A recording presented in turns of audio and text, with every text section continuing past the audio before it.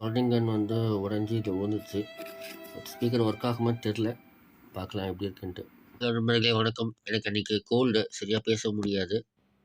Okay, actually இந்த shop கடைக்கு போயிருந்தேன். ஸோ எதாவது பொருள் இருக்கா அப்படின்னு பார்க்கறதுக்கு. அப்போ பார்த்தீங்கன்னா இந்த ப்ளூடூத் ஸ்பீக்கர் வந்து உடச்சிட்டு இருந்தாங்க. சரி, அவங்க உடைக்கிறதுமே வாங்கலாம்னு பார்த்தா அதுக்குள்ளே ஸ்பீக்கர்லாம் உடச்சிட்டாங்க. சரி, அந்த போர்டு மட்டும் தான் மிஞ்சிச்சு. சரி, போர்டை வாங்கிட்டு வந்துட்டு அதை வச்சு நம்ம எதாவது ரெடி பண்ணலாம் அப்படின்னு சொல்லிட்டு ட்ரை பண்ண போகிறேன். என்னக்கா, இந்த 2 டெர்மினல் தான் battery. So plus and minus இங்கே கொடுத்துருக்காங்க. இது கெப்பாசிட்டர் இது. அதே மாதிரி இது பார்த்தீங்கன்னா ஸ்பீக்கர் அவுட்டு. ஸோ சார்ஜிங்க்கு வந்து இங்கே போர்ட் இருக்குது. ஸோ நான் உங்களுக்கு சால்டிங் பண்ணி சார்ஜிங் கொடுத்துருக்காங்க. ஸோ இது ரெண்டுத்தில் நம்ம சார்ஜிங் பண்ணி எடுத்துக்கலாம். ஸோ மற்றது ஒன்றும் கிடையாது. ப்ளூடூத் எனேபிள் நினைக்கிறேன். ஏன்னா ப்ளூடூத் ஆப்ஷன் கொடுத்துருக்காங்க இல்லை. ஸோ ப்ளூடூத் எனேபிள் தான் நினைக்கிறேன். ஸோ என்ன ஐடியா பண்ணுறதுன்னு பார்க்கலாம். ஓகே, இப்போ நம்ம ஸ்பீக்கர் செய்யறதுக்கு தேவையான பொருட்கள் வந்து ஒரு ஸ்பீக்கர். ஓகேங்களா, இது 4 ohms 10 watt ஸ்பீக்கர். இது அந்த போர்டு, ஒரு சுவிட்சு, அதுக்கப்புறம் ஒரு 9 watt பேட்டரி, அப்புறம் வந்து 2 லித்தியம் அயன் பேட்டரி இந்த போர்டுக்கான பவர் கொடுக்கறதுக்கு. ஓகேங்களா.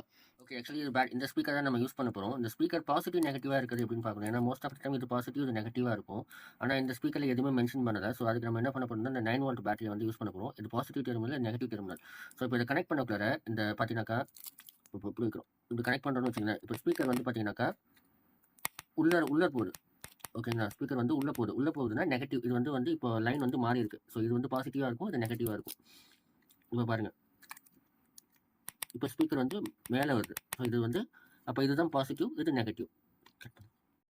ஸ்பீக்கரை வந்து இந்த பாக்ஸில் தான் ஃபிக்ஸ் பண்ண போகிறோம். ஸோ எப்படி பண்ணுறதுன்னு பார்க்கலாம்.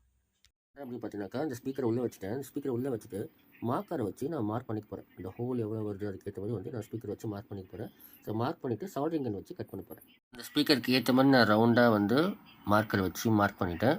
இப்போ சால்டிங் கன் வச்சுட்டு எப்படி கட் பண்ணுறதுன்னு பார்க்கலாம். இப்போ பார்த்தீங்கன்னா நான் வந்து சால்டிங் கன் வச்சு இதை அப்படியே கட் பண்ணிட்டு வந்துட்டுருக்கேன். உங்களுக்கு ஏற்ற சைஸ்க்கு வந்து கட் பண்ணியாச்சு. ஸோ ஸ்பீக்கரை கனெக்ட் பண்ணுறது எப்படின்னு பார்க்கலாம். ஸ்பீக்கர் வந்து கரெக்டாக ஃபிக்ஸ் ஆகிடுச்சு. ஸோ அந்த ஹோல்ஸில். ஸோ இதை வந்து இப்போது ஷேக் ஆகாமல் இருக்கிறதுக்கு ஸ்க்ரூ போடுறதுக்கு ஹோல்ஸ் கொடுத்துருக்காங்க. அதே இதில் வந்து இப்போ நம்ம ஹோல்ஸ் போட்டு ஸ்க்ரூ போட போகிறோம். இந்த சால்டிங் கன் வந்து உடஞ்சி இது விழுந்துச்சு. ஸ்பீக்கர் ஒர்க் ஆகுமான்னு தெரில. பார்க்கலாம் எப்படி இருக்குன்ட்டு. வெயிட் பண்ணி பார்க்கலாம். இப்போ பார்த்தீங்கன்னா நம்ம அந்த ஸ்பீக்கரை வந்து ஜாயின் பண்ணிட்டோம். ஸ்பீக்கர் கீழே விடாத மாதிரி பின்பக்கம் போல்ட் நெட் போட்டு டைட் பண்ணிட்டோம். இந்த பாக்ஸில் வந்து சுவிட்சுக்கும் அண்ட் சார்ஜிங் போட்டும் கனெக்ட் பண்ணிட்டோம். ஸோ அடுத்தபடியாக நம்ம போர்டில் வந்து போர்டை வேலை பார்க்குறத பார்க்கலாம். இந்த போர்டில் ஆல்ரெடி நிறைய வேலை பார்த்துருப்பாங்க போல. நான் அங்கங்கே சால்டிங் பண்ணியிருக்கேன். வயர்லாம் அப்படி விட்டு விட்டு இருந்தது. சரி, அதெல்லாம் மிஸ் பண்ணிவிட்டு தேவையான பகுதியில் நான் வந்து கனெக்ஷன் கொடுத்துருக்கேன். ஸோ இது வந்து பவர் கொடுத்துருக்கு. அந்த இது வந்து ஸ்பீக்கர் அவுட்புட் கொடுத்துருக்கேன். இது ஒரு சுவிட்ச் பட்டன். அதுக்கப்புறம் இங்கே ஒரு 2 லைன் இருக்குது. இதில் வந்து பேட்டரிக்கு லைன் கொடுக்கணும்னு நினைக்கிறேன். நான் லைன் கொடுத்துட்டு உங்களுக்கு அப்டேட் பண்ணுறேன். ஓகே ஃப்ரெண்ட்ஸ், இப்போது ஸ்பீக்கர் அப்புறம் வந்து பேட்டரி எல்லாம் கனெக்ட் பண்ணிட்டோம். சும்மா சரி ஒர்க் ஆகுதான்னு பார்க்குறதுக்கு இங்கே வந்து புஷ் ஸ்விட்ச் இருக்குல்ல. ஸோ இந்த சுவிட்ச் வந்து லைட்டாக வந்து ஷார்ட் பண்ணி பார்க்கலாம். ஸோ ஒர்க் ஆகுதான்னு பார்க்கலாம். ஓ சூப்பர், ஆன் ஆகிடுச்சு. இப்போது எல்லாத்தையுமே வந்து வச்சுட்டோம். இது வந்து டபுள் செட் டேப் போட்டு விட்டுட்டோம். பேட்டரியும் டபுள் செட் டேப் போட்டு விட்டியாச்சு. இப்போ சார்ஜருக்கும் அதே போல் வந்து சுவிட்சுக்கு மட்டும் கனெக்ஷன் கொடுக்கணும்.